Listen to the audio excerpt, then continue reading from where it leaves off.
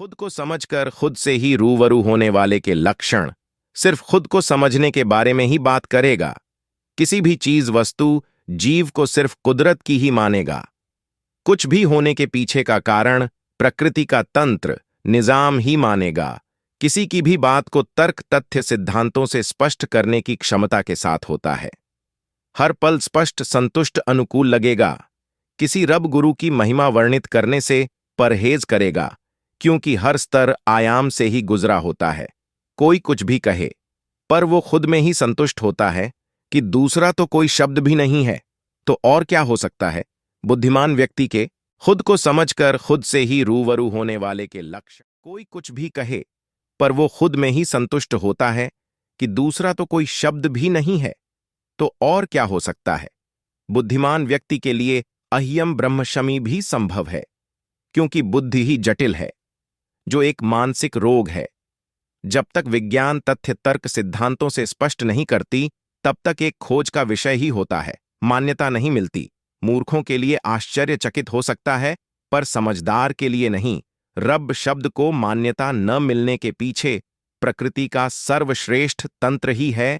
मूर्खों की भीड़ नहीं, तर्क तथ्य सिद्धांत होते हैं स्पष्ट सिद्ध करने के पीछे।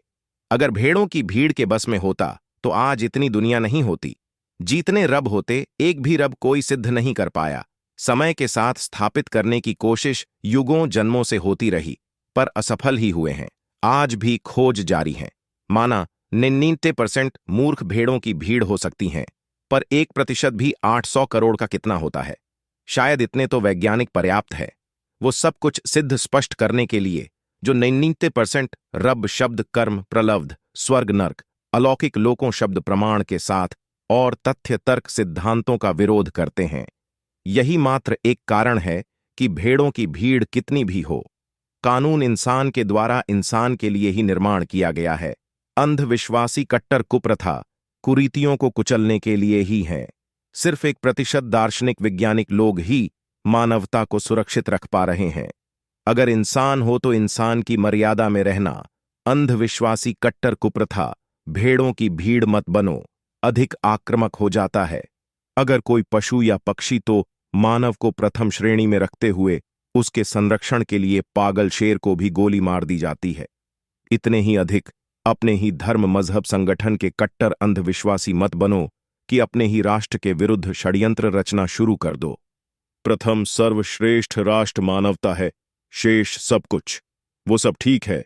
अगर आपके पास कुछ ज्यादा हैं तो अपने से छोटे गरीब की मदद करो, आशय का सहारा बनो, गुट कभी नहीं। मैं भी तेरी भांति ही निर्मल था, 35 वर्ष के बाद भी निर्मल होते हुए नहीं समझा, तो ही एक पल में खुद को समझा तो कुछ शेष रहा ही नहीं। समझने को वो तो आपने लक्ष्य के साथ ही दृढ़ गंभीर था। उसी को पूरा करने के लिए डर खौफ कर्म नर्क प्रलब्ध शब्द प्रमाण तर्क से रहित कर लगा था। दिन रात कार्य करवाता था, सब कुछ लूट कर भी, क्योंकि वो अपने अस्थायी तत्व मिट्टी एकाग्रित करने के लक्ष्य के साथ दृढ़ गंभीर था। प्रसिद्ध प्रतिष्ठा शोहरत दौलत वेग ही था सिर्फ। गुरु के पास पहले दिन ही जिस कारण से गया था, वो तो जरा याद कर बहुत ही व्याकुल था गुरु। वो तेरी आग को सिर्फ हित साधने में परिवर्तित करना चाहता था। मुझे सिर्फ तेरा ही फिक्र है, क्योंकि गुरु तुझसे अस्थाई मिट्टी की जरूरत तक ही था, पर तू तो खुद से रूबरू की जिज्ञासा के साथ था। अगर एक पल अधिक हो गया दीक्षा लिए, तू खुद से रूबरू नहीं हुआ, तो खुद का ही निरीक्षण कर कि अगले पल मौत है। क्या किया है, यह जीवन भी निकल जाएगा, पछताने का मौका भी नहीं मिले। गातू भी खुद से रूबरू के लिए दृढ़ गंभीर हो जा। मैं तेरा ही जमीर हूं, तेरे लिए ही व्याकुल चिंतित हूं। हर पल गुरु को जो चाहिए था वो तो भरपूर संतुष्ट है। जरा देख, दिन रात संभरने सजाने में लगा है, मिट्टी को ही तेरी उतरण को ही। पर तू तो ऐसा कभी भी नहीं था जो उलझ जाता, निर्मल था, चेतन था। क्या हो गया है? तू तो स्पष्ट था, खुद से रूबरू होने को दृढ़ गंभीर बेचैन भी था। तू निर्मल था, जो गुरु को चाहिए था। तूने वो सब दे दिया है, भोगने के लिए वो भोग रहा है, वो उसी सब का ही भूखा था। पर तू नहीं। अगर तू खुद के लिए ही बेचैन नहीं है तो यह अंदर से निकाल दे, तेरे लिए होगा। वो तो तेरे दिए गए पर ऐसों आराम कर रहा, तेरे लिए कुछ कर पाए हो ही नहीं सकता, क्योंकि वो तुझे उलझाकर हित साधने की फितरत का था। पर वो खुद ही उलझ गया है, प्रसिद्ध प्रतिष्ठा, शोहरत, दौलत, वेग में अगर एक पल भी नष्ट कर दिया तो तुझे ही पछताना पड़ेगा। तेरे गुरु को जो चाहिए वो ही मिला है। प्रसिद्ध प्रतिष्ठा, शोहरत, दौलत, वेग के नशे में मस्त ढूंढने वाले आज तक कोई भी नहीं ढूंढ पाया, न ही कोई खुद को समझ पाया। जब से इंसान अस्तित्व में आया है अभी भी खोज ही कर हैं। तू खुद ही खुद को समझकर खुद से ही रूबरू होने के लिए ही सक्षम, निपुण, समर्थ, सर्वश्रेष्ठ है। अक्षम तो गुरु ने ही किया है। अपने स्वार्थ हित साधने के लिए 84 लाख जन्म सड्ढे, 300 करोड़ वर्ष के बाद यह अनमोल समय मिलेगा। या फिर आपने गुरु से प्रत्यक्ष रूबरू करवाने की जिद कर, नहीं तो छोड़ कर आजा। सिर्फ एक पल में समझ, आपकी कई जन्मों युगों की अदद से मजबूर हो। कुत्ते की भांति पीछे पीछे घूमने की हर जन्म में ही गुरु मिला था। अगर वो कुछ कर सकता होता तो किया होता, आज यहां नहीं होते। आप खुद को ही मूर्ख बनकर गुरु के लिए खुली किताब बन जाते हो तो गुरु भी तो कुछ लिख कर भारेगा ही, क्योंकि पेश खुद हुए हों आपके सांस, समय आपके लिए ही महत्वपूर्ण है। नहीं समझते हो तो गुरु के लिए विकल्प खुला है। इस्तेमाल करने का अपनी प्रभा करो। गुरु भी हैं जो अपनी प्रसिद्ध प्रतिष्ठा, शोहरत, दौलत, वेग के लिए, हित साधने के लिए भरपूर रूप से इस्तेमाल कर रहा है। जिस लिए शरीर, सांस, समय मिला था वो सब संपूर्ण होने की संतुष्टि है। अब के ही पल में रहने का जुनून पाले बैठे हैं। सांस आए तो शरीर के साथ, नहीं तो मस्त खुद से रूबरू तो हुए ही हैं। हमने प्रथम चरण में ही बुद्धि को ही निष्क्रिय कर हृदय से ही समझा तो कुछ शेष रहा ही नहीं। सारी कायनात समझने के लिए ढूंढने वाले तो युगों जन्मों से ही ढूंढ रहे हैं। उनकी खोज कभी खत्म हो ही नहीं सकती, क्योंकि वो बुद्धि से बुद्धिमान होकर ढूंढ रहे हैं। जो कोई किसी भी काल युग में नहीं कर पाया वो सब सिर्फ एक पल में समझ कर दिया। मस्ती में जिन्हें का एक एहसास है, रब हैं या नहीं, खुद को समझने के बाद स्पष्ट साफ सिद्ध हो जाता है। साथ में रब ढूंढने वालों, कोई कुछ भी कहे पर वो खुद रब ढूंढने वालों से खरवों गुणा अधिक श्रेष्ठता में खुद को हमेशा के लिए जीवित ही महसूस करता है। दूसरा कुछ है ही नहीं। खुद ही उसी एक समा जाता है जो समस्त सृष्टि होने का मथरा एक कारण था। खुद से ही रूबरू होता है। मेरे सांस, समय मेरे लिए ही सर्वश्रेष्ठ महत्वपूर्ण हैं और दूसरा सिर्फ हित साधने के लिए ही इस्तेमाल करता है। सिर्फ चीज समझकर गुरु की भांति। अगर मैं भी 20 लाख अंधविश्वासी भेदों की भिद्दी की ही भांति होता तो आज भी गुरु के झूठे मौत के बाद के आश्वासन पर ही रहता और खुद से कभी रूबरू नहीं हो पाता।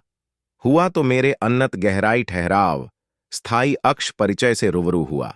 यहां उस अनंत सूक्ष्म अक्ष के प्रतिबिंब का भी स्थान नहीं था।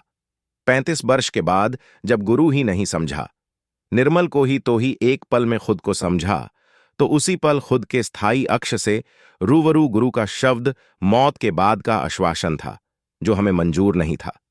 सर फिरे थे अभी एक पल में करने की फितरत के हैं। इंतजार शब्द ही नहीं है।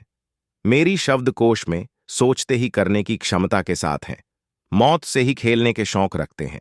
सांस और समय नष्ट नहीं करते। अनमोल और मेरी अपनी निजी पूंजी है। गुरु मर्यादा का उल्लंघन होता है।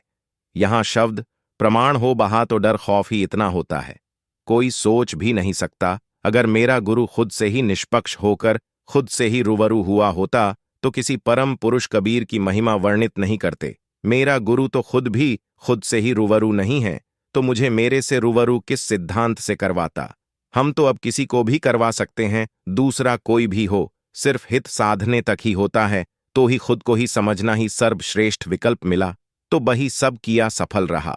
खुद से ही रूबरू हुआ। पैदा भी मैं अकेला हुआ था, तो मौत के समय भी अकेला हूंगा, तो उसके लिए प्रयास, यत्न, प्रयत्न भी मुझे ही अकेले ही करना है। उस दौड़ का हिस्सा कभी भी नहीं बनाना चाहता था। मेरे सांस, समय पर मेरा हक था। आपने स्थायी अक्ष से रूबरू के लिए ही इस्तेमाल किया। मेरा गुरु 20 लाख लोगों के साथ बचपन से ही रब ढूंढने की होड़ की दौधन में है।